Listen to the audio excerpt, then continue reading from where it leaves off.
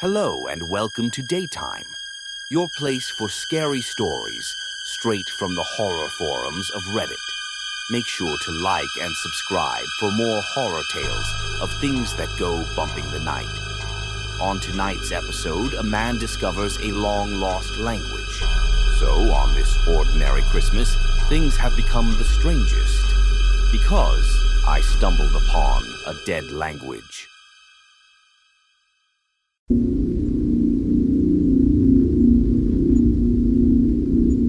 As part of my doctorate, I was hired as a lab assistant working with pediatric treatment. We were working on a paper measuring the exposure effect of a potential contaminant, while my colleagues were working on the measured effects on adults and the elderly.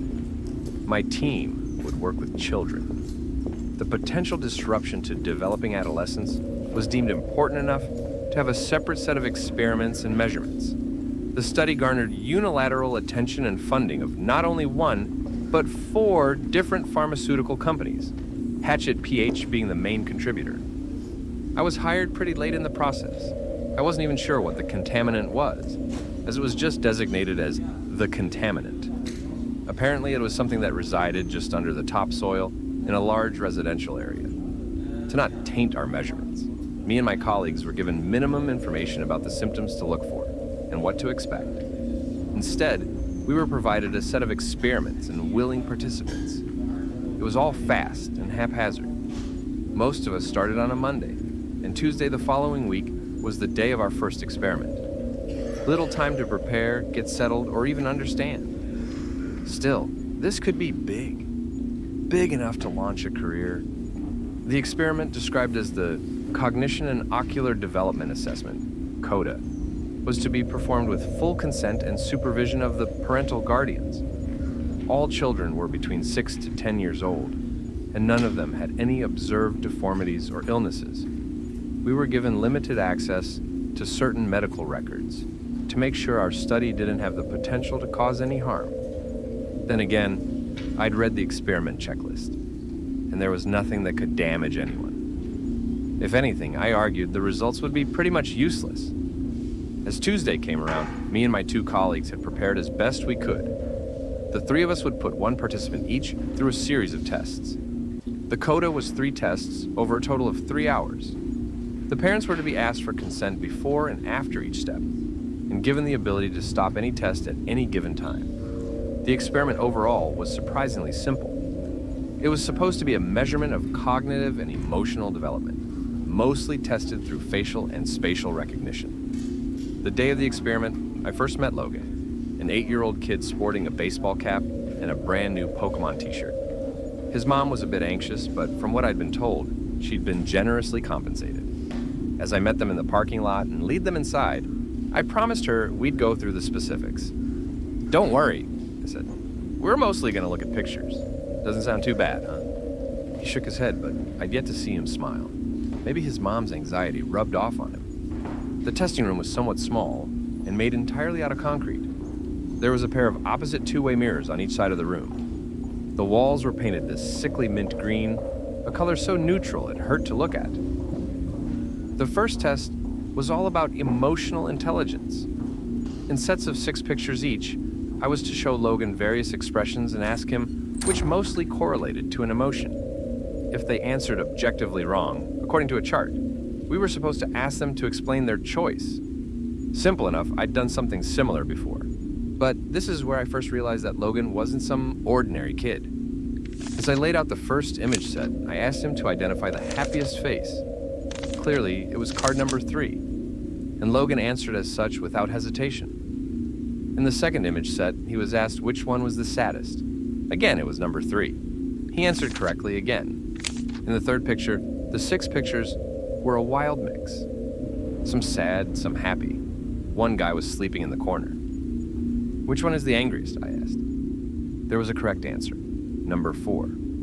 A woman furrowing her brow and exposing her teeth. Yet Logan looked at them all for a long time. "Number 6, he said finally, pointing at the sleeping man. "How come?" I asked, following protocol. "It's complicated. They almost killed his mom." Kid seemed almost distant, staring at the picture. What the hell? He answered the rest of the questions flawlessly, but that answer stuck with me. Such a strange reaction. Not only did he answer wrong to an obvious question, but it was also such an odd explanation. Logan himself seemed to have trouble finding the right word for it. The second test was similar, but there were new cards. In sets of 3, Logan was supposed to explain each emotion presented by the people in the pictures. Happy, sad, angry, scared. It was similar to the first test, but much more detailed. For every image, there would be a description and a short explanation given by the participant. We pressed forward. First 3 cards, no problem. Happy, happy, sad. Easy explanations. Second set of cards, same result. Surprised, sad, sad. But when the third image set came along, I didn't know what to say. 3 people, all completely neutral. Not a single emotion on their face. They looked almost computer-generated. Logan didn't skip a beat, though. She's scared, He said. she doesn't know why she's doing this. And what about this one? Oh, he's hungry. He just doesn't show it. Hungry? Is that the emotion? Yeah, he's really hungry. Dangerous. And the third one? Logan took a long, hard look. After a few seconds, he looked up at me, almost like he forgot about the picture for a while. Okay, I think he's Obstin. Obstin? Yeah, Obstin. What do you mean? That's what he is. I don't know a better word for it. So why is he, obstin?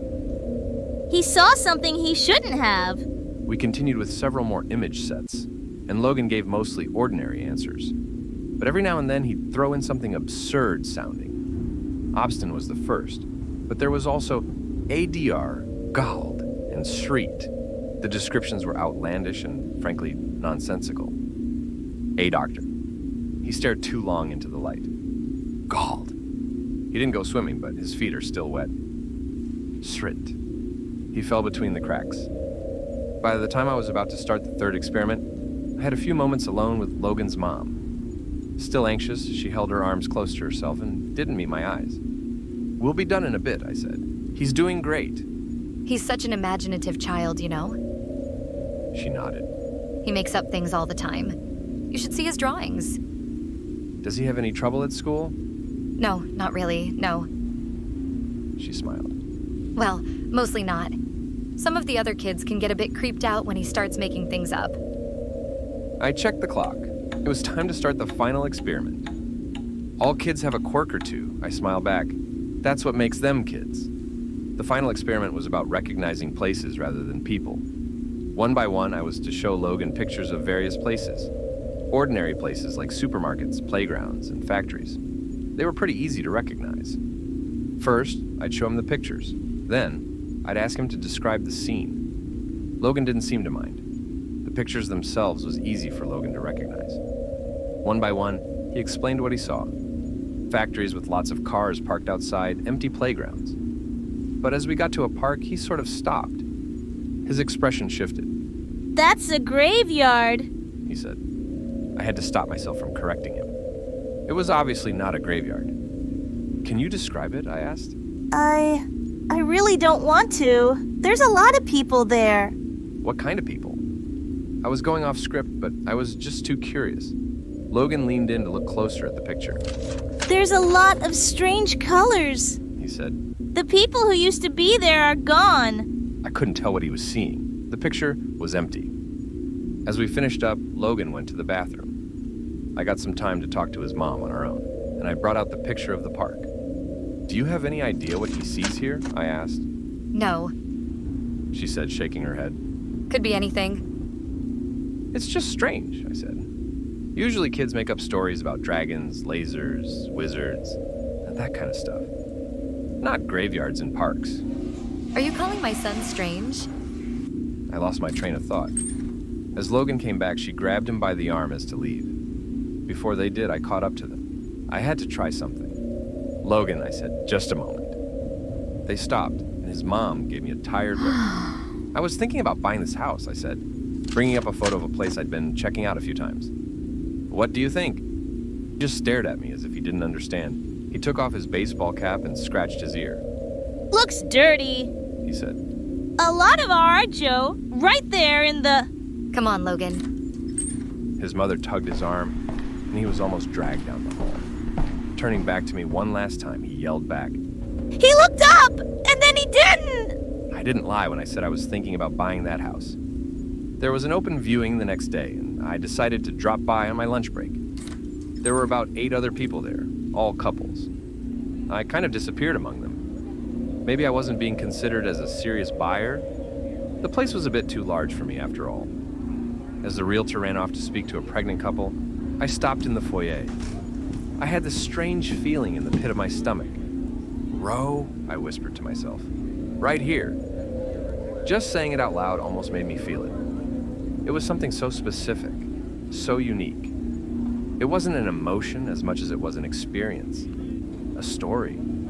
I could imagine myself lying on the floor, looking up at the wood-brown ceiling.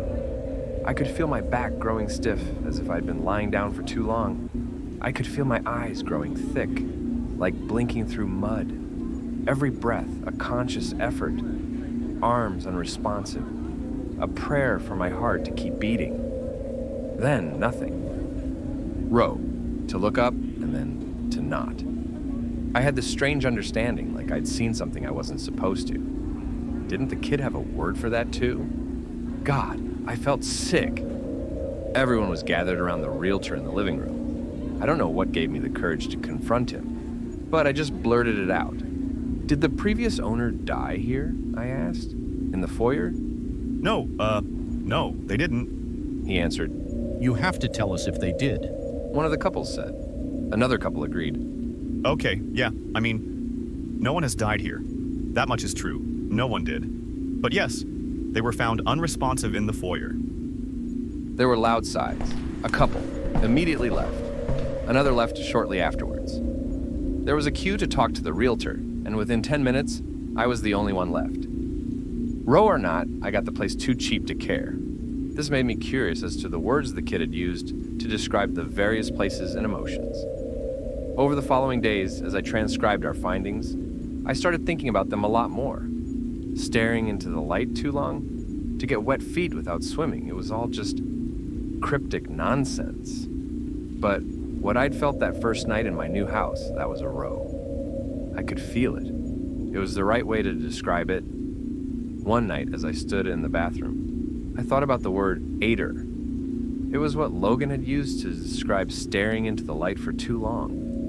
It felt fitting, but I didn't know if I'd experienced it. I tried looking up into the bathroom light and just saying it out loud, but I didn't get the same feeling as when I'd said "ho" in the foyer. This wasn't it. This wasn't a deer. I sort of gave up on it after a while. But as I was watching TV, the thought came creeping back to me. There was a news segment about a patient with severe brain damage, a woman who couldn't breathe on her own or speak.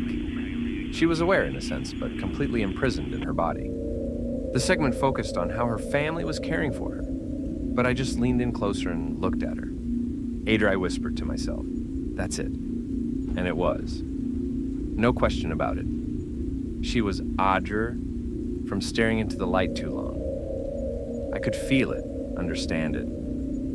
Over the next couple of days, I started chasing gald. The word meant someone whose feet was wet, despite not swimming. It took me a while to get this one, but I finally found it in a newspaper article online. I felt galled from reading about a man who had died from an overdose down at the beach. His body had apparently choked itself, causing him to sweat to death. As he was homeless and living close to the beach, he'd been found by a couple of teenagers building a sandcastle. But that feeling of drowning on dry land next to the ocean, that was gold. With the right word, I could feel it. I could empathize. In my mind, I could be there with him. But the final word I'd noted, srit. That was a difficult one. Over several days, I looked all over the internet. I searched forums, read obscure articles ranging back to the 90s, but I just couldn't shoot blindly into the web and hope for the best. I had to find out more, get something substantial. That thought made me take a step back. What about the photos? the photos we had shown Logan in the first place? Who were the people in the photos? I checked the inventory list for the experiment. Most of the cards were just mentioned as a number and emotion, but I noticed that some of the faces were repeated with the same actors. All the cards which Logan had gotten right were repeated at least once, but the weird ones. Those were unique faces. The lighting was different. They didn't show any peculiar emotions. They were just strange people, a bit off. I took a few photos with my phone and tried to do an image search. I couldn't get a single hit. These pictures simply weren't available anywhere online. The ordinary emotions displayed could be found on various stock image sites, but not the strange ones that Logan pointed out.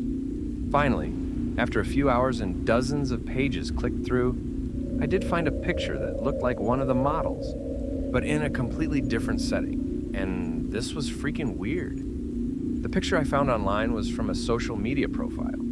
The profile, in turn, portrayed the user page of the very same homeless man that had drowned in his own sweat from an overdose, the same one I'd read an article of. But the article was written just a few days prior, and the picture must have been taken at least weeks ago. Listen, I don't know if you can get this. What Logan did was to perfectly describe, using one of his made-up words, was exactly what was about to happen to that man. The man who galled, who overdosed on the beach. I mulled the whole thing over in my head countless times, and finally, I just gave up. I had to talk to Logan again. I did the creepiest thing I've ever done. I tracked the kid down at his school. The following day, as he was about to get on the bus back home, I waved at him from across the parking lot. He was surprised to see me and couldn't place me at first. Then I could see him recognize me, like something lit up in his mind. Hey! He called out. Science man! Hey, Logan, I called back. How's it been? Good. He said. You're not here for more tests, are you? He stopped a few feet ahead of me. Actually, I'm just here to ask you about that language of yours. Those strange words you use. How do you come up with them? That's easy. He said. Once you start talking it, you kinda don't stop. After a while, you just feel them, you know? So, where did you learn it? I asked. Anywhere special? I think I always knew, he shrugged. Like, it's weird, like listening, but not to a sound, but like a color. It's just sorta there, inside. So you can always see it? Because sometimes you said people in pictures were just happy or sad. Ordinary things? Well, sometimes those things are easier to see. You said I should answer fast, not, accurately. So you can see it now? I chuckled. Anywhere? Here, with me? Sure. He smiled. Just stand still for a bit. Logan looked at me for a while. As I met his eyes, I could feel something. There was that feeling again. Obstinate. To see something I shouldn't have. Right there, in that kid's eyes. He knew something. Strangely enough, it wasn't him that broke the silence. It was me. Atho S, I said. I didn't know why I said it, but it took Logan by surprise. The one who shouts until they listen. He said. That's what it means, right? I think that's me. I said, and I'm sorry, Logan, I don't know why I said that. Did you see it? He asked, almost excited. Do you see it now? I want to say that I didn't. I want to say I saw nothing, but that'd be a lie. A million little words crept into my mind, and as I stared into that kid's eyes, I saw something I shouldn't have. Now it was all becoming clearer. The more words I knew, the better I understood. The word I'd looked for, Zrit, was a lot more complex than Logan had made it out to be with human words. It was contextual. The man had died in an earthquake. He fell between the cracks. No, he hadn't. He was going to. It was describing events destined to unfold. But it was also describing something that had happened. Was it both? Neither? I see it, Ted, I admitted. Right there, I could feel the parking lot falling away in insignificance. With a single unspoken word, we could tell each other infinite things. These mundane expressions were just the tip of the iceberg, a dumbed-down shadow of what was truly being said. The words told us of things that were, things that could be, and things that currently was. And in that moment of silence, of understanding, I heard the vibrant colors so clearly I could almost see them. They were piercing into my mind, forcing themselves into my understanding, screaming to me that once you understand something, you can't unlearn it. I forgot to breathe, as to not accidentally say something I shouldn't. You weren't talking about the picture I held up in the test. You were looking at me, I said with nothing but a shallow breath. Obstin. I'm obstin. You didn't even look at the picture. He didn't have to answer. I knew it was true. It was written into the word itself that my realization would come. Then, as possibilities came rushing towards me, I could feel an enormous weight come down on me. My mind couldn't take it. My body was shutting down as I fell to my knees, screaming until my neck felt raw. The world started to fade as my heartbeat swallowed my hearing. I have a hard time describing what happened next. When I closed my eyes, I'd see millions of possibilities, mostly pain, suffering, and terror. My own thoughts and emotions multiplied like a torch in a hall of mirrors. I'd see myself waking up in my bed, only to get murdered by 1,000 different weapons. I'd see myself drowning in my bathtub, breaking my neck, falling down the stairs. Death. So much death. And then in the blink of an eye, I'd be in the back of an ambulance, feeling the residual effect of a defibrillator on my chest. As I blinked, the ambulance burst into flames. The driver crashed into a tree, someone carving their initials into my chest with a scalpel. None of it was real, but I couldn't tell anymore. Different worlds with nothing but a well-placed syllable.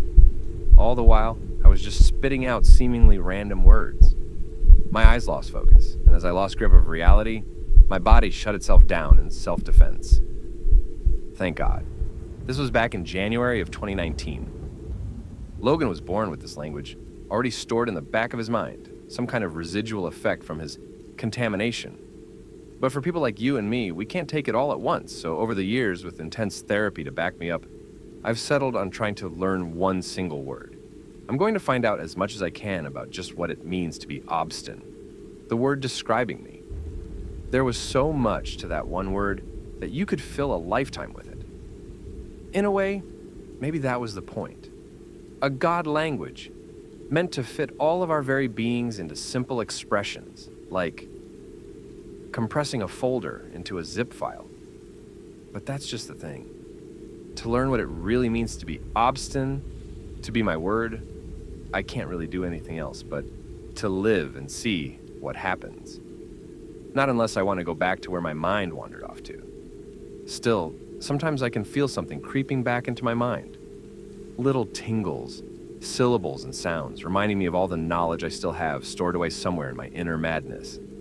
Little words with galactic proportions. It is so easy to slip back into that mind, just inches away from the edge of what my physical brain can hold. I sometimes wonder what all your words are. I sometimes wonder what they mean. I'll really try not to think about it.